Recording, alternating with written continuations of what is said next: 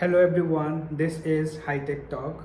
So in this video I will show you how to grow your Instagram account in 2025 in an organic way.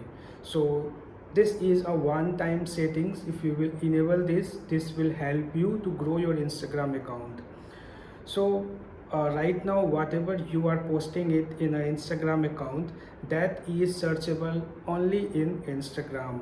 So that post or a reels doesn't appear in a Google or any other search engine websites like Yahoo, Google or anywhere. But after this, when you will enable this, your post, your reels will appear in a Google.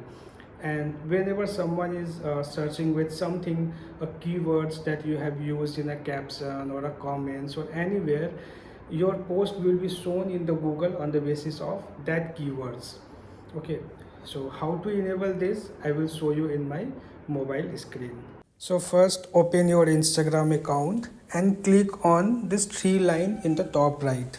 So here scroll down and you will see the option as account privacy. Just click on this one. So below you will find a new option as allow public photos and videos to appear in search engine result. When this is on, search engines such as Google can show your public photos and videos in a search result outside of Instagram. So you have to click on this one.